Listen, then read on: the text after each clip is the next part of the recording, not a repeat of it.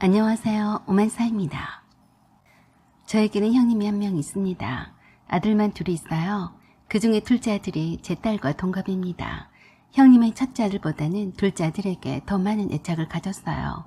첫째 아들보다는 둘째 아들이 공부를 더 잘했기 때문이었죠. 사실 처음에는 엄청 잘하는 줄 알았어요. 어찌나 어렸을 때부터 아주버니와 형님이 설레발을 쳐가며 아들 자랑을 하시길래 진짜 그런가 보다 했어요. 그런데 금방 뽀록이 나버렸죠. 소리만 요란했지 알맹이는 없더라고요. 어쩌다 초딩 1학년 조카가 받아쓰기 100점을 받아온 걸 가지고 세상 자랑스러워하며 떠들고 다녔으니까요. 받아쓰기 100점이 칭찬할 만한 일이긴 하지만 그렇게 감격스럽게 떠들고 다닐 일은 아니지 않나요? 얼마나 평소에 100점을 가뭄에 콩나듯이 받아오면 그렇게 감격할까 싶어서 다들 조카의 수준을 짐작하고도 남았어요.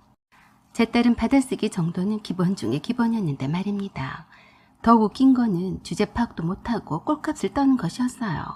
저와 남편과 시댁 식구들이 들으란 식으로 제 딸을 바로 앞에 두고 자랑을 해대면서 은근히 무시하는 듯한 발언을 하곤 했어요. 자기네들처럼 하지 않고 아무런 자랑도 하지 않으니까 정말 제 딸이 공부도 못하는 멍청한 애인 줄 알더라고요. 그래서 수준이 낮아 보여서 나는 저렇게 형님처럼 아무데나 대고 자식 자랑 같지도 않은 자식 자랑은 하면 안 되겠구나 생각했어요. 이미 시부모님이나 시누이도 다 그런 줄 알고 있으면서도 그저 들어주기만 할 뿐이었어요.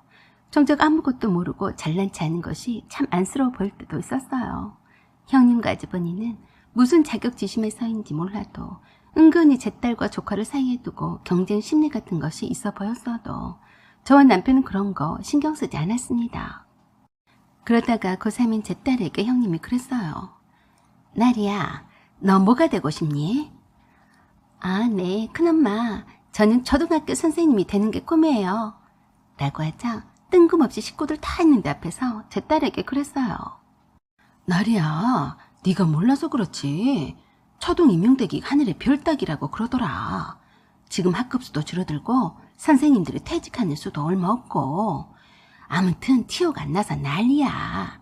우리 교회 목사님 딸도 이번에 이곳에 티오가 없어서 할 수 없이 저기 시골바닥으로 지원했는데 다시 도시로 들어오려고 하니까 3번이나 시험을 쳤는데도 떨어졌대. 제 딸은 그저 웃고 말았어요.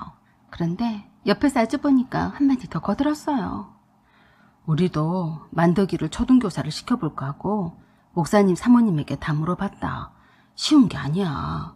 만덕이도 의대를 보낼까 하다가 의대 공부가 힘들다고 하니까 초등학교 교사로 진로를 정했다. 거기까지는 그래도 들어줄만 했어요. 그런데 그 다음 말을 하려고 이렇게 장황하게 열거했나 싶어서 어이가 없었어요. 우리 교회 목사님의 딸도 처음에는 도저히 여기 도시로는 티오가 없어서 5손가락 순위 안에 들어야 합격을 한다는데 그게 말이 쉽냐. 그 중에서 장애인 임용이나 이런 거 저런 거 특별 임용을 제외하고 나면 2명이나 많아야 3명 정도밖에 티오가 안 난다는데 매년마다 도시로 임용되려고 시험 준비를 하는 교사들도 한둘이 아닌데다가 머리가 뺑뺑 잘 돌아가는 기존 교대 예비 졸업자들이 좀 많으냐? 그래서 대부분이 시골이나 시외로 지원을 한다는 거 아니냐? 그런데 너 그 소리 못 들었을 게다. 여자 교사가 섬이나 시골에 발령이 나서 추행당하거나 성폭행 당하기도 하잖니. 우리 목사님 딸도 시골은 아니어도 조금 소도시로 지원을 했는데도 아직까지도 이곳으로 못 들어오고 지금 3번째 시험에 떨어졌단다. 초등학교 교사를 웃게 보지 마라. 여자한테는 최고의 직업으로 치지만 그만큼 어려운 거야. 성비 균형을 맞춘다고 해서 여자는 여자끼리, 남자는 남자끼리 입학할 때 등수를 따로 매긴다더라. 여자는 탑들이 많이 몰려서 경쟁이 더 치열한데 네가 그 속에서 어떻게 입학하겠냐. 설사 입학하더라도 그렇게 머리 좋은 애들 사이에서 네가 5손가락 아니면 최소한 10손가락 안에 들 수 있겠어? 우리 만덕이도 그나마 남자애들이 많이 지원을 하지 않아서 경쟁률이 덜하니까 그래도 교대에 지원하려고 할 참이다. 너는 그냥 괜히 쓸데없이 힘 빼지 말고 가정 형편도 좋지 않으니까 전문대나 들어가서 빨리 취업해. 알았지? 그 말을 듣고 있던 모든 사람들이 어이없어 했어요. 그러자 신우이가 나서서 한마디 했습니다. 큰오빠, 무슨 말도 안 되는 소리 해. 나리는 의대 갈 실력인데 교대 정도 못 들어가겠어? 우리는 지금 나리가 공부를 잘하니까 서울대를 보내러 갈 참인데 웃긴 소리 하고 있어. 그러자 형님이 기가 차다는 듯이 그랬어요. 아가씨, 누구든 말로는 어디로 못 가겠어. 만덕이도 의대를 지원했다가 교대로 바꾼 거야. 다들 부모들이 자식들한테 허황된 꿈만 꾸다가 나중에서야 현실을 깨닫는 법이지. 계속해서 제 딸을 앞에 두고 별소리를 다 하더라고요. 그래서 시부모님이 돌아가며 한마디씩 하셨어요. 너는 재수없이 그런 소리를 하들들 마라. 우리 나리가 전교에서 10등 밖으로 나간 적이 없다. 반에서는 늘 1, 2, 3등을 다퉜는데 지금 의대를 못 보내서 속상한데 무슨 소리를 하고 잡치고 있냐? 네 아들이나 교대 잘 보낼 생각이나 해. 그 말에 형님이 완전히 약이 올랐어요. 틀린 말도 아니었는데 나페집 바뀌더니 그러더라고요. 형님까지 보니까 눈을 크게 치켜뜨고 하는 말에 제 귀를 의심했어요. 어머니, 저도 그런 뻥치는 소리는 할 수 있어요. 무슨 말도 안 되는 소리를 하세요? 나리가 그렇게 공부를 잘했으면 동서가 저에게 자랑 한 번 안 했겠어요? 그 말에 형님과 아주버님만 빼고 모두가 놀라 자빠지는 줄 알았습니다. 그래서 남편이 나서서 한마디 했어요. 형수님, 뻥을 치다니요. 뭐하러 그런 걸 뻥을 친답니까? 그 정도 실력이 아니면 교대는 꿈도 꾸지 말아야죠. 신우도 한마디 거들었어요. 누가 큰올케처럼 작은 오빠나 작은 올케가 나리가 공부를 잘한다고 자랑하는 줄 알아요? 그러자 또 이상한 말로 사람 빈정상하게 하더라고요. 우리 만덕이도 의대 보내야 하는데 심장이 조금 약하니까 공부를 덜 하라고 교대에 보내려고 하는 거야. 그 말에 신우이가 한마디 더 하려고 하자 남편이 눈짓으로 말렸어요. 모처럼 식구들이 모였는데 이런 일로 되지도 않을 일에 서로 피곤해하지 말자는 생각에서였어요. 형님과 아주버니는 마치 애들 마냥 유치찬란하더라고요. 형님의 둘째 아들보다 제 딸이 공부를 더 잘할 리 없다고 단정적으로 생각했어요. 지금까지 그렇게 생각하고 자랑을 일삼아 왔으니 어찌 보면 당연하더라고요. 그냥 무조건 인정 그 자체를 하기 싫었던 겁니다. 수능을 보기 전에 면접고사를 먼저 시행했어요. 서류 전형에 합격했다고 동네가 떠나갈 듯이 시댁에 자랑질을 하는 통에 다 알게 되었어요. 나중에 알고 봤더니 고가 유경자 특별 전형에 가점이 많이 가산이 되어서 그렇지 않아도 남자 전형에서는 경쟁률도 덜 치열해서 서류 전형 통과는 누워서 떡 먹기로 쉬운 거였어요. 그걸 가지고 마치 합격인 한 것처럼 설레발을 치고 다녔어요. 서류 전형은 웬만하면 통과였는데 말이죠. 특별 가점까지 부여를 받았으니 떨어진다면 진짜 바보 멍충인 거였어요. 그때는 새로운 전형의 입시 제도를 도입을 했었어요.